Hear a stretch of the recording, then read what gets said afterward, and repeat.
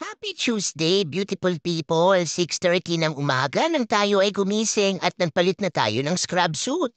Tulog pa nga si JJ at tingnan niyo naman ang view ng aming deck from our bedroom. Pagbaba ko nga ay nag-update na tayo ng kalendaryo at nakapag-brew na tayo ng ating black coffee.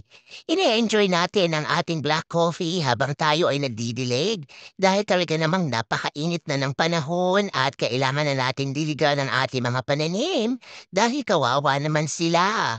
Siyempre pa dahil gardening is life ay gawin natin ito habang tayo nga ay nag-aalmusal at humihigop ng mainit na kape. Tiniligan ko na nga ang ating pananim sa ating front porch at tinan niyo naman ang ating napakaganda at naglalakihang mga gulay sa gilid ng ating bahay. Eto naman ang ating green beans, diniligan ko rin ang aking mga bulaklak at mga gulay sa ating backyard. Etong nasa A-frame naman, malalaki na din ang mga nakatanim nating zucchini at squash. Kaya naman, wag nating pabayaan yan at baka naman matuyuan. Dito naman sa likod ay meron tayong azalea at iba't ibang klase ng mga perennial flowers. Ang ating patatas na ay malalaki na din at ang lalaki na rin ang kanilang dahon. At sa malaking paso naman ay meron tayong tanim na kamatis at ito naman ang ating cucumber. Ang ating hydrangea nga ay malungkot na nga rin at natuyo na kaya naman diligan na natin yan. Pagkatapos ko ngang magdilig ay umakyat na si mama sa upper deck at binuksan ko na nga ang aking computer para tapusin ang ating outstanding documentation from yesterday. Dahil tayo nga ay na-busy at nanood sa laban ni ate, ay hindi ko naman natapos yan. Pumipindot tayo for the tongda dahil busy nga ang ating linggo. Subukan nating tapusin yan bago tayo pumasok ngayon dahil kung hindi, ay matatambakan na naman si mama. Kaya naman, pagbutihan mo yan. At ready na nga rin mag-unload ng mga clean dishes si JJ. Nakapag-almusal na siya sa mga oras na yan at dahil Tuesday nga ngayon, siya ang nakatokang mag-unload niyan. Nakapag-prepare din ako ng baon kong tubig at iced coffee at inaayos ko naman ang aking mga paperworks. Ganito nga ang buhay natin araw-araw lalo na nga tuwing umaga. Napakarami rin ang ating isasubmit ng mga paperwork sa office at papakiusapan ko nga si Daddy this week na kung pwede bang siyang magdala niyan. Ready na tayong maghatid kay JJ sa kanyang swim practice. 7:45 ng umaga nang kami nga ay mag-travel at meron na naman tayo na daan ng construction dito malapit sa Hampton Pool kaya naman medyo natagalan ang ating biyahe. Mabuti na lang talaga ay maaga kaming umaalis para nga siguraduhin na hindi siya malate sa kanilang training. Malapit na nga ang competition ng ating bunso kaya naman puspusan din ang kanyang practice araw-araw. Pagkahatid ko nga sa aking bunso ay nag-travel na si mama at kumita muna tayo ng ating isang pasyente na almost 10 minutes away lang.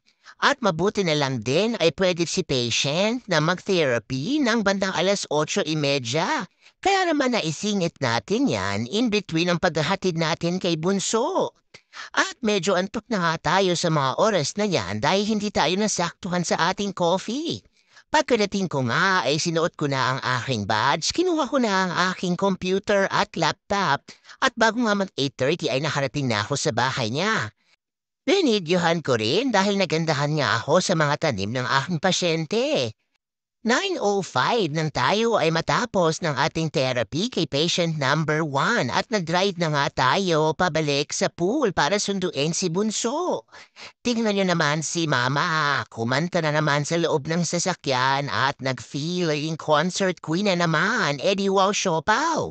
Alibin natin ang ating sarili para naman tayo ay hindi antukin.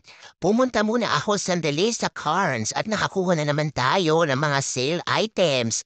Ang 10 pounds nga ng patatas ay nagkakahalaga lang ng $3 at ang shredded carrots nga ay naka-clearance ng $1 a pack.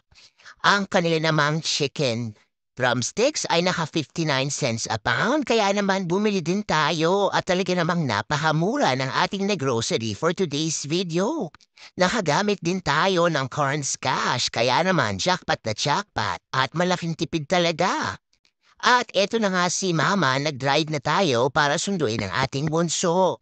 Katapat lang ng Hampden Pulam Cards kaya naman napaka-convenient at talaga namang pwedeng-pwede tayong dumaan dyan araw-araw. Eto na tayo at nagpark muna si mama sa ilalim ng puno at binuksan ko na nga rin ang aking computer para subukan tapusin ang ating documentation. 9:23 na nang tayo ay makarating dito at dahil 9:45 pa naman ang labas niya, ay meron pa tayong panahon para pumindot for the tongda. Kahit na nga nasa loob tayo ng sasakyan ay sinusubukan nating maging efficient at nagmumultitask talaga tayo para naman mabawasan ang ating gagawing computer works pagdating natin sa bahay. Talaga namang napakainit na ng panahon at ramdam na ramdam ko na talaga.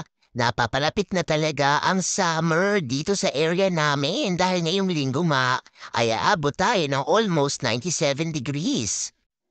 At habang tayo nga ay nagda-type, ay binuksan ko rin ang aking cellphone at chinek ko ang text ng aking mga pasyente for today. Medyo nakaramdam na si mama ng gutom at habang nag-aantay kayo kay Bunso ay binuksan ko na nga ang isang balot ng Rice Krispies. Dahil hindi rin tayo nag-almusal ay nagsilbi na nga ang breakfast ni mama, ang cereal, pati na rin ang ating iced coffee. Pagkasakay nga ng ating bunso ay nag-drive na tayo kaagad pabalik sa bahay para siya nga ay iuwi dahil marami pa tayong pasyente for today. Tingnan niyo naman si mama, panay pa rin ang higop ng kanyang iced coffee. Nandito na nga tayo sa interstate at pasado 10:00 na rin nang tayo ay mag-travel. Kasabayan na naman natin ang malalaking truck at medyo marami na ding sasakyan sa mga oras na yan.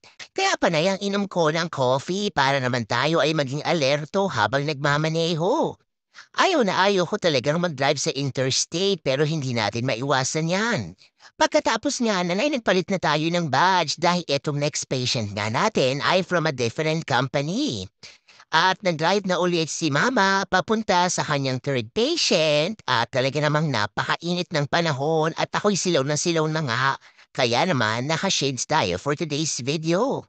Hindi tayo nasaktuhan sa Rice Krispies at meron nga tayong napulot na cashew nuts at pinapapak-papak natin yan habang tayo nga ay nagmamaneho. Talaga namang multitasking is life at habang ako nga ay nagdidrive, ay kumakain na din tayo para maitawid natin ang ating gutom.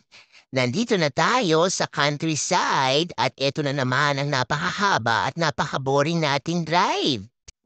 Almost 30 minutes away ang ating fourth patient. At tingnan niyo naman, wala ka na halos makitang bahay. Eto na nga tayo at nagdadrive habang tayo ay umiinom ng tubig dahil naubos ko na nga ang aking kape sa mga oras na yan. Wala na talaga halos kabahay-bahay at ang area nga yan ay puno ng taniman ng mais. Pasado 2:00 na nga nang tayo ay makarating sa bahay at talaga namang napagod si mama ng bonggang-bongga. Isa na namang busy day ang napagtagumpayan ng inyong pamilya. Yan lang muna for today's video. Remember, family time is the best time and every gising is a blessing.